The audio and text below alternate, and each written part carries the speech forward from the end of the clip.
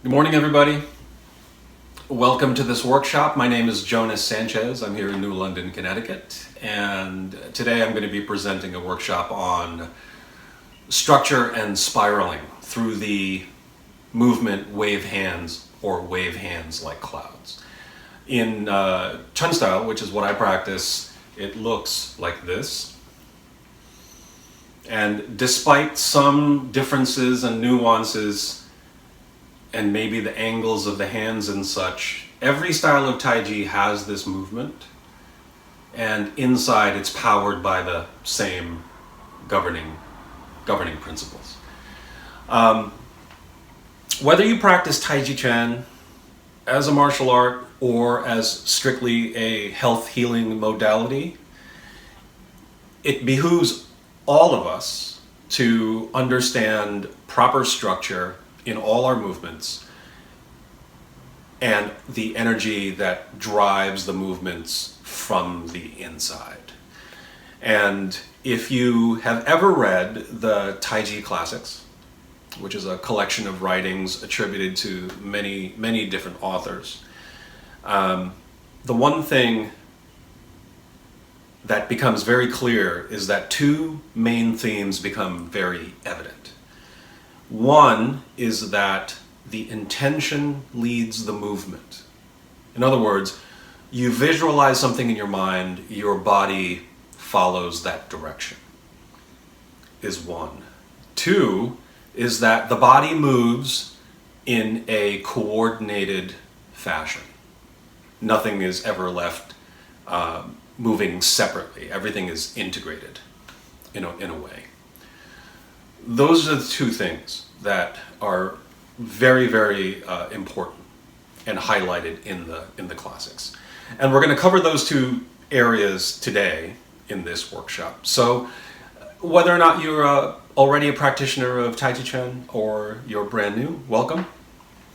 This hopefully will shed some light to your beginning practice and maybe also into your more intermediate into advanced practice. Structure, first and foremost. And I am going to be talking about this through specifically the lens of Chen style Taijiquan, the Chen family's version of Taiji. And for those of you who are familiar with Chen style, I'm specifically referring to what we call New Frame, which is a variation of the traditional Chen style form that was innovated by teacher Chen Fa-ke of the Chen family. And I'll use that as a way to describe the concepts that we're going to be talking about. So structurally, the one thing we want to make sure is that you have centered equilibrium. Basically, your spine is straight, head as if suspended by a string, pelvis tucked under and rolled, to create the most natural curvature in the spine without any wobble, whether back and forth or left or right. So the more straight that becomes, the better. That's what we're looking for. Why do we want that? When the spine is straight, since it's connected to your pelvic girdle and your hips, that means that when we decide to turn and rotate side to side, that your body is able to do that in the most efficient way possible. Okay? You think about that, anything that spins, whether it's a lazy Susan or a turntable, if it's not centered, it's going to wobble. Or a better example is if you're a potter or into ceramics and you've thrown something on a wheel, the first thing that a potter does is they need to center that slab of clay so that when it's spinning on the wheel, it is perfectly even. That's actually a better example. So if our spine is straight, that allows us to turn effortlessly left and right, no problems. Okay? The chest. The chest we like to hollow out, but not hollow in a sense of having bad curvature in the back. It's more of an energetic hollowing. You don't want to stand there with your chest out like this. That feels very unnatural too. So you're going to let the shoulder blades relax, and you're just going to feel this as empty and light. Again, please do not do this. Okay? Together, stretching the spine and hollowing the chest in this fashion is what the Chinese refer to as hanxiong ba bei. It's a very basic requirement of Taijiquan, other martial arts, and Qigong as a practice. Okay? The next thing about wave hands, specifically, wave hands in Chinese is yun shou, which could be translated to cloud hand. But the Chinese love this clever wordplay where they have so many homophones for their words that if you say yun, it means cloud. If you say yun with a descending sharp tone, it means to move or to wave. So that's how we get the title and the name of the technique, wave hands like clouds, or cloud hands, okay? It starts with a shape like this, but before we do anything, we're going to take a look at this relationship right here. This position, which is away from the body, it's not directly beside our body, it's right here. This position becomes very important because this becomes a universal position that your hands are constantly going to return to. Constantly going to return to, okay? So this position is important. The other position that we're going to be concerned with is right in front of our center line, and we can swing our left hand to be right in front like so. If you look at it from the side, the wrists are occupying that same plane in front of the body, except in this case the left hand is lower in front of your dantian. What's nice about this is that when you change in wave hands, and one hand descends while the left hand, in this case, rises, it is a simple matter to get to the other side. One, turn the hands, both of them, move them across. Now in this case, I'm not even using my waist yet. We'll get to that in a second. But this very square, very robotic way of practicing is just the first step to get us to more advanced practice later. Everyone always talks about Taiji as being very circular, but it behooves us at the very beginning to check our frame and make sure everything's landing in the right spot by first making things very square. So the square in this case is hands rise and fall. This is called splitting. They rise and fall. Now watch, here, both hands turn, and I'm going to talk about this motion very shortly. And then both together move across. Split, turn, move across. Split, rotate the fingers, move across. You can see that if you begin to smooth this out, you begin to get the basic shape of wave hands. Like so. The nice thing that I can check is, once again, are my hands hitting these 2 points right here? Are my hands hitting these 2 points? It's a very easy way to check. So this is the basic movement.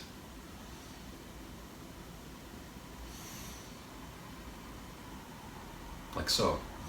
Now, I'm going to talk about just one arm here for a second to just help describe what this motion is. In Chen style, we refer to this as the positive circle. The positive circle is one that rises up the center line, turns, goes back to that universal position out here, rotates under, and repeats. This is one of the 2 mother movements that comprise everything that we do in the form. like so. It's a positive circle because the opposite would be if I were to come in, back to the center line, down it, and then back to the universal position. This would be considered the negative circle. On the other side, this would be positive.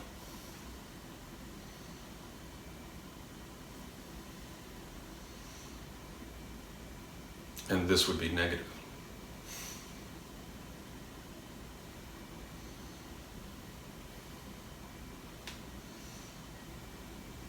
Okay? So positive comes from the inside out. Negative comes from the outside in and down. This is great practice even by itself, individual arms. It's a great exercise to work on because it is the foundation of what in Taiji we call silk reeling energy. The way that the body moves in spirals, okay? Let's talk about the fingers now for a second. One of the golden keys that I ever received from one of my teachers is this notion of the extremities leading the power. And it's an interesting thing to hear, maybe even strange for those of us who are Taiji practitioners, because I was practicing Taiji already for a long time before I came across this concept. And it was revolutionary. And is one of the things in years past when I would do workshops for World Taiji Day, I would always focus on this because I thought that it was the most valuable thing I could ever share with either my students or any other enthusiasts of Taiji to help them with their practice, regardless of what style, regardless of what martial art even, or even if it was a martial art at all. It was just a interesting way to look at how we move. And what this concept is it removes the attention away from thinking that the dantian is the center and root of all movement, and it moves it to the fingers. Now, there are those of you who I'm sure who've been practicing Taiji for a long time who this just sounds completely bonkers. But what you have to remember is that if the body indeed is to all move together, that means nothing could lag or be left behind in the motion, right? So if the idea is to function in this way, where everything is tied together, it would be incorrect if things were not jiving, okay? So the notion of the extremities lead is just a way to make sure that you do not lead with your waist and then move with your arm, which is a broken movement. Do not lead with the waist and then all of a sudden move your arm. The problem is that we're told the waist is the center of all movement, sometimes the initiator of movement, that it all comes from here. The problem is that when it's time to move something, for instance, this notion of moving something this way, we don't want this to happen, where you turn the waist first and then you make your arm follow afterwards. The notion is this hand moves and turns as the waist is turning. Nothing is left behind. So this notion of paying attention to your extremities is just a clever way to not focus on the waist so much to the exclusion of your limbs. And therefore it gets us closer to full body coordinated movement. In Chen style, we refer to this phenomenon as creating a gearbox out of your body. Meaning that every joint, every major part of your body that moves is an interconnected machinery of gears. Meaning, in my finger, wherever I can turn, my wrist, my elbow, shoulder, waist, neck, right? Any place that could turn and flex and rotate, think about them as a gear. So if you open up a clock and look at the sophisticated mechanism that it is, some gears are big, some gears are super small. Some gears have big teeth, or bigger teeth and fewer of them. Some have very small teeth and a lot more of them. And that whole mechanism can be turning, and some gears could be very evident, while you look at some smaller gears with a lot of teeth, and they don't even look like they're moving at all. They're moving so slowly. But you cannot deny that when you turn one gear, you're turning all of them. And that's what your body is behaving like in Taijiquan. The movement, some movements can be so microscopic, but nothing is moving independent of anything else in the body. Some gears, again, are much more evident. You can see it. Whereas other gears in support of that have have more teeth and are seemingly imperceptibly turning, but everything is turning. That's what I like about this concept, is that it helps to just get the body all connected. So the importance of framework, everything in Taiji has to start with frame. There has to be a physical squaring up of the body before we could ever dive into the energetics of the body.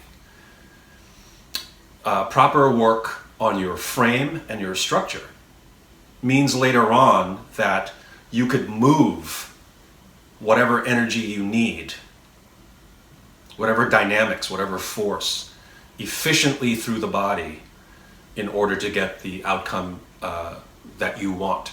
Again, either as a martial art or as a health modality, it's all the same thing. It doesn't matter. We want to get the body moving externally correctly so that we can begin the work internally that follows. Okay? So back to wave hands. This motion here is very square. 1, 2, 3. 1, 2, 3. And square is okay at the beginning. Robotic is okay at the beginning. It gives you something to start with that is not so abstract, right? It's very tangible. You can wrap your mind around it. 1, 2, 3. Now, positive circle again. Turn, out, down, up. Turn the fingers one at a time. 1, 2, 3, 4, 5. Pin the elbow. Hand comes out into its universal position. Pin the elbow. Hand scoops up, comes up the center line. Pin the wrist. Turn the hand. Repeat.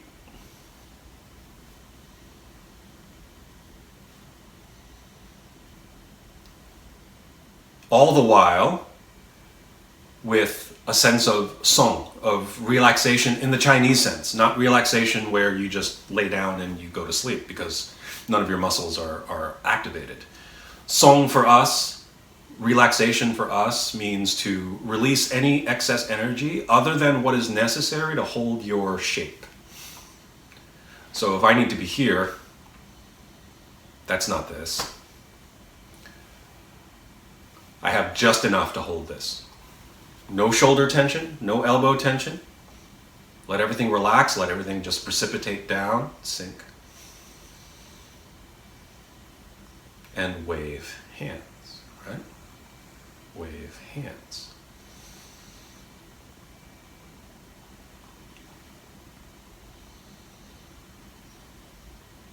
Now, if positive circle is 1, 2, turn, pin the elbow, 3, that's a good start.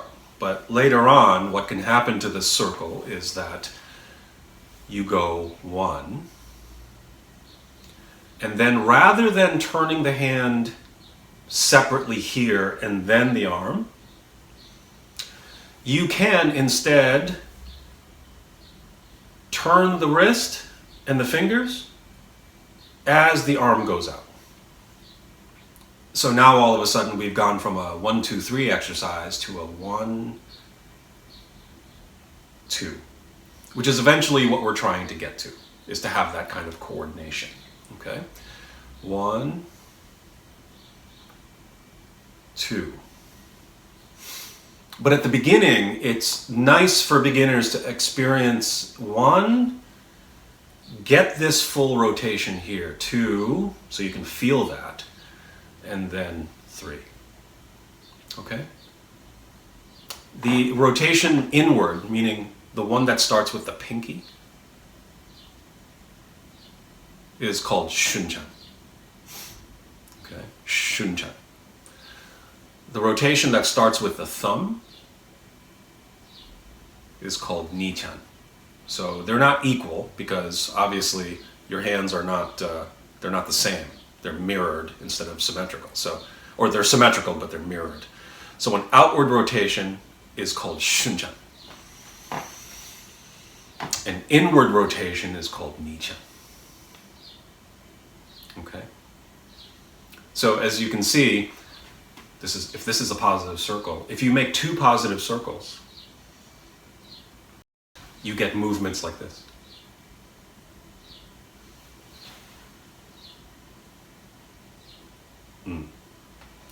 If you stop at the bottom, you kind of find the south pole of how low your arms can go without bending down, right? They're there. If you bring them up to the middle, you see this posture a lot in your forms. And then if you bring them up, high enough to be able to see underneath your wrists, but not high enough to bring your shoulders up. So keep your shoulders out of the way and bring them up, and you suddenly realize that your arms could trace kind of a large circle, right?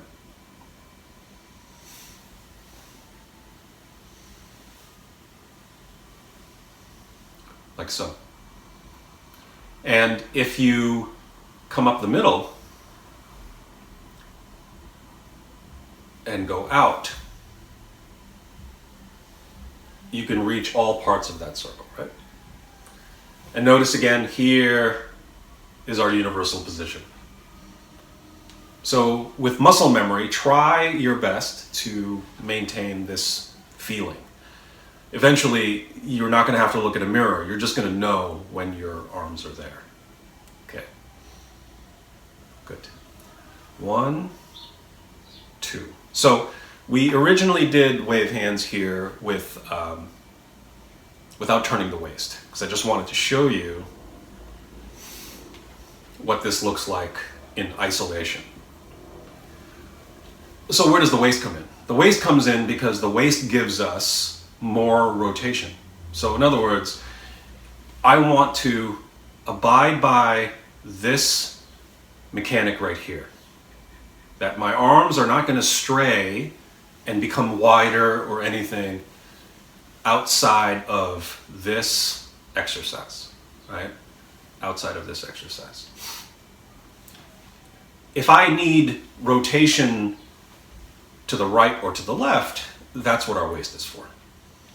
So notice now my center line is straight ahead towards camera.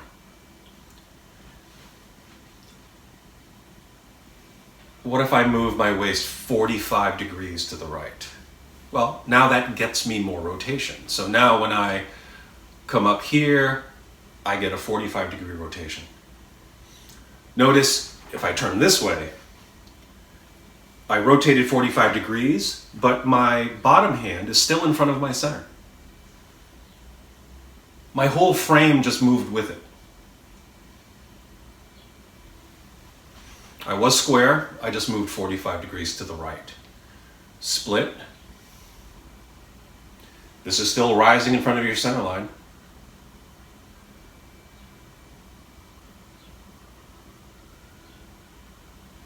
.45 degrees to the left. Split, turn.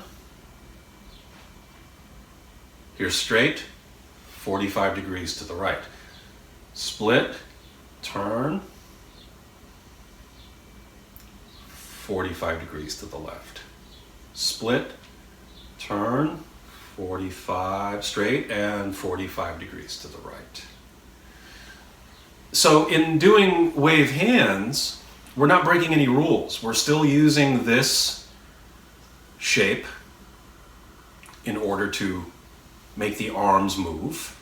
And now we're beginning to coordinate it with the waist. Remember we talked about how important it is to keep the spine straight so that the waist could turn freely. Here's why. Turn the waist freely. Turn the waist freely. Turn the waist freely. Okay? And in case you didn't notice, wave hands is simply the practice of two positive circles that are offset. Two positive circles at the same time make this.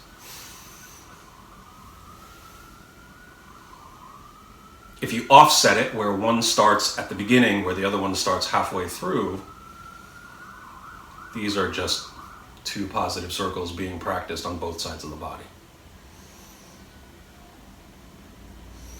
And this is fantastic practice for this silk reeling idea, especially with a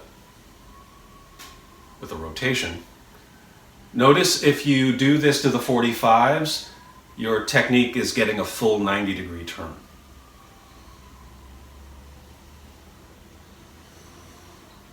And it's easy because if you keep your lower hand at your center, it becomes a rudder. It becomes a very easy mark to see if your waist is turning to the proper angles. Okay? So in the interest of keeping this workshop not too long, structure and spiraling. Okay? Maintaining proper structure. We have to be somewhat geometric about it, right?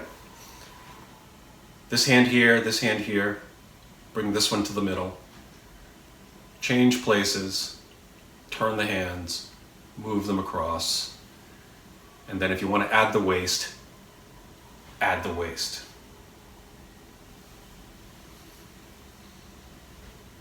And then to smooth that out, once you get here,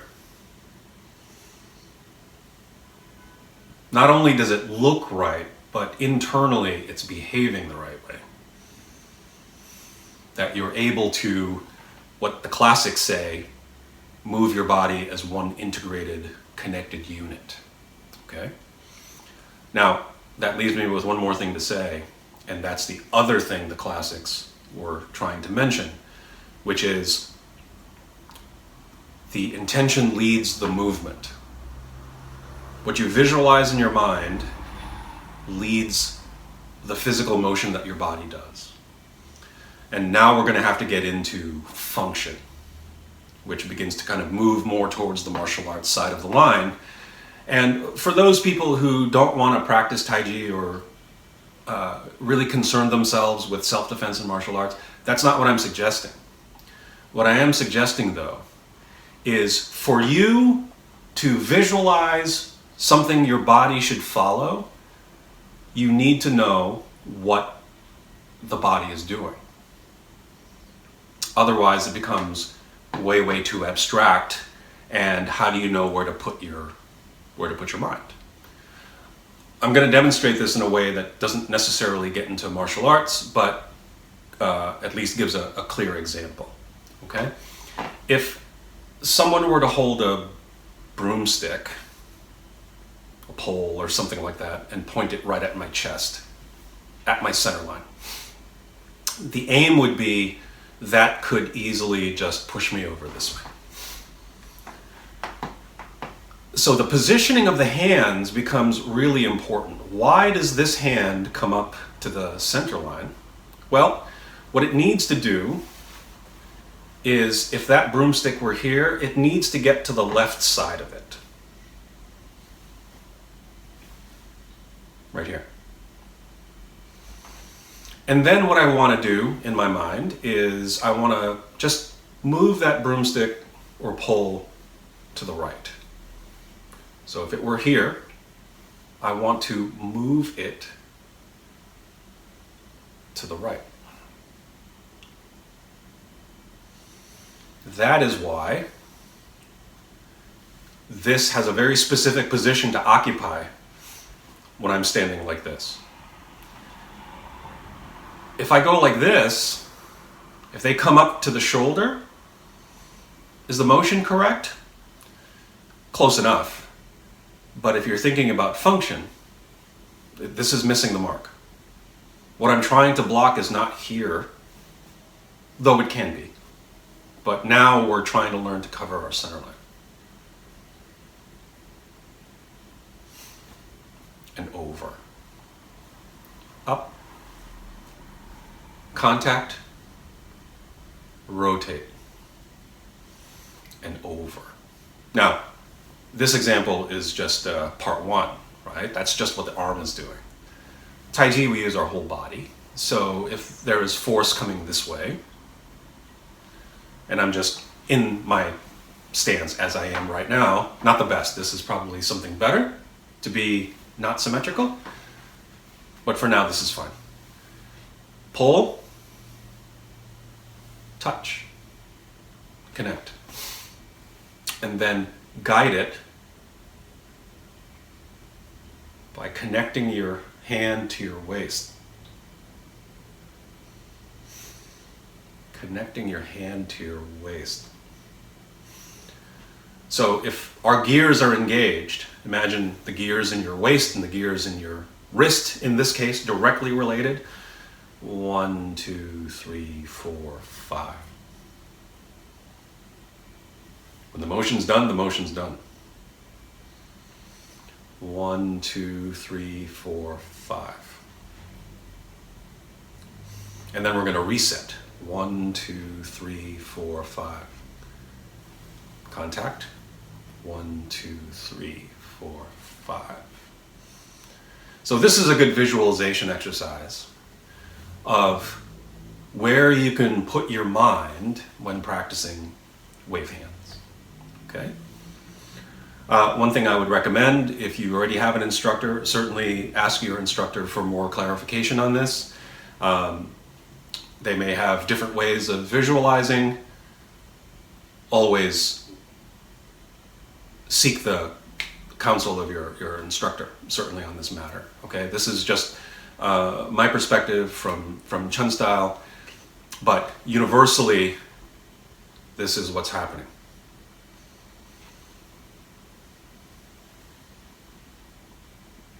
And wave hands is a symmetrical exercise that you can practice on both sides.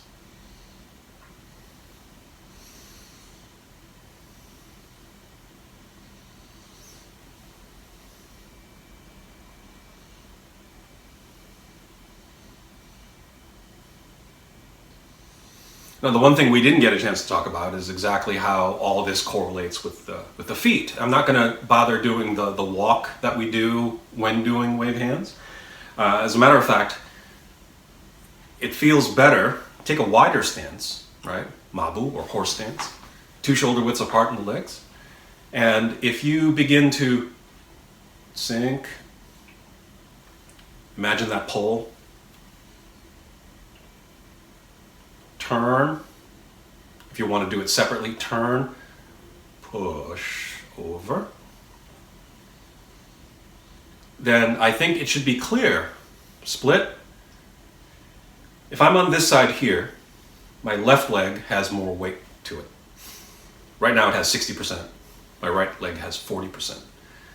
And so in Taiji we say the left leg is more substantial, the right leg is insubstantial. More weight, less weight. That's good, because the more weight here means as soon as this hand begins to turn and the waist begins to turn, that's when I'm pushing off my left foot.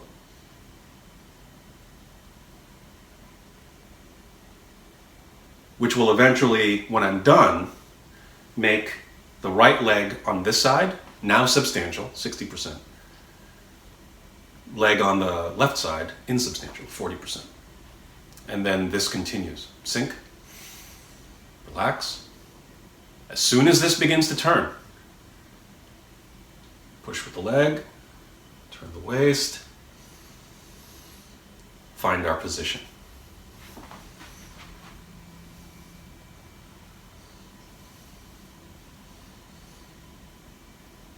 Okay. I could go on. I'd love to, but yeah, to keep these workshops just a little bit shorter, hopefully that little bit of a tidbit is enough to kind of at least get this conversation going and get this practice started. Thank you very much. Thank you for your time. I hope you enjoy the rest of your day. And please do check out the other workshops that are available from our other presenters. They're all wonderful. They're all fantastic. And if for some reason, if anyone needs to contact me, my email address is in the title card before this workshop. Happy to field any questions if you have it, or discuss this further. We never have enough time, and I apologize for that. But hopefully this was a good overview for structure and the silk reeling power that moves through it, studied under the technique wave hands, or wave hands like clouds. Thanks everybody. Have a great day. Hope to see you again soon.